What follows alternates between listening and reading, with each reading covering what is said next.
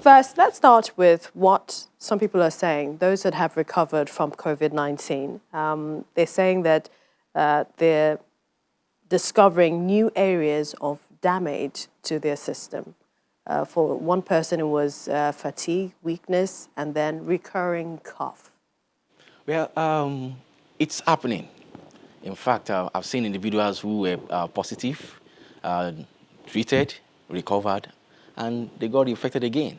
So it's not a new complaint, really, but there are a lot of factors we need to look at. When someone who has been declared negative is now still having symptoms. The first thing is this: was your test done earlier or later? What do I mean by that? If you do your testing shortly before the symptoms peaked or the viral load peaked in your body system, the tendency of having a low viral load or picking a negative result is high.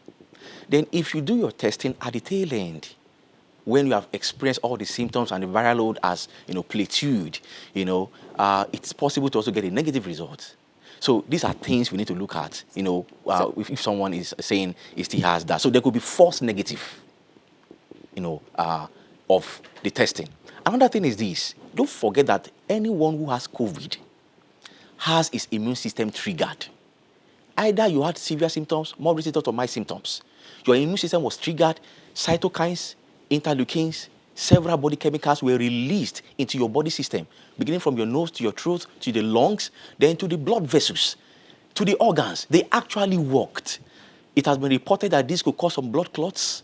It has been reported that this could damage some organs in the body system, affect the kidneys, affect the liver, and things like that. So even after you have recovered, the immune system that have been put on overdrive during your infection still leaves you with the traces of the symptoms. So it could take like 2 months, 3 months, 4 months before you recover. In fact, there was a study that showed that individuals who have had COVID and have recovered COVID may likely have stroke in later months due to the accumulation of blood clots in the body system. So it's possible. These are things you need to look into. So the first thing is not to get it at all. Some people have described it as a tornado, attacking the body system. Yes. A bit of what you've also described. But when you talked about the viral load and the point where you take your tests, between 2 to 14 days or 2 to 10 days now, because we're also seeing a number of people spend more than 14 days in treatment or isolation centers. Yes, it has been different strokes for different people because I've seen individuals who recovered 10 days, 14 days, 21 days. I've seen individuals who were there 28 days. In fact, there is a lady who I monitored closely, was still positive, for 2 months. So you want to look at this and say, well, different strokes for different people, depending on your immune system, how strong your immune system is. So these are the things you want to consider and say, well, it's not yet clear yet. It could be shorter, it could be longer.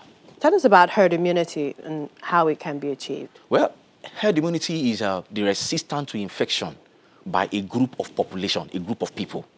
And before you can say a group of people have a collective strong resistance to a particular infection, like COVID in this case, there must have been 70 to 90% of that population, offering that resistance to that infection. So if you are talking about herd immunity as far as COVID is concerned, you are looking at about 70 to 90% of the population being immune to COVID-19. It could be achieved in 2 ways, either through everyone getting COVID and developing antibodies towards the COVID virus, or the vaccination that confers immunity.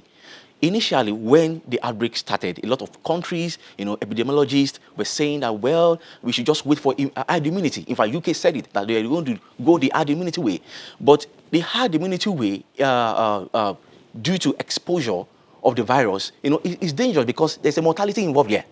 So you can't really say you want to build herd immunity with exposure to the virus. So we have to slow down the spread while we wait for the vaccine to be available so that we can confer herd immunity on the population. For example, back to Nigeria now, if we use 70% of Nigerians before we can have herd immunity, we're talking about 140 million Nigerians. Now, if you look at the mortality of Lagos, which is about 1%, so that means about 1.4 million people we have to die for Lagos to have herd immunity. If you're looking at Nigeria, that's talking about 40 million, that's 2.3 million. That's massive. So we can't go in that route. We have to wait for the vaccine. But while we are waiting for the vaccine to get the herd immunity, to get 70 to 90% of the population being immune, then we have to slow the spread. All right, and essentially the preventive measures, the safety measures. You must continue social important. distance, physical distancing, then wearing the face mask, avoiding large crowd gatherings. All those ones must continue. That's it, because there's a mortality involved here. We appreciate your time. Thank you so much, Dr. Shalamoni, public health practitioner. Thank you for joining us on the program. Thank you very much.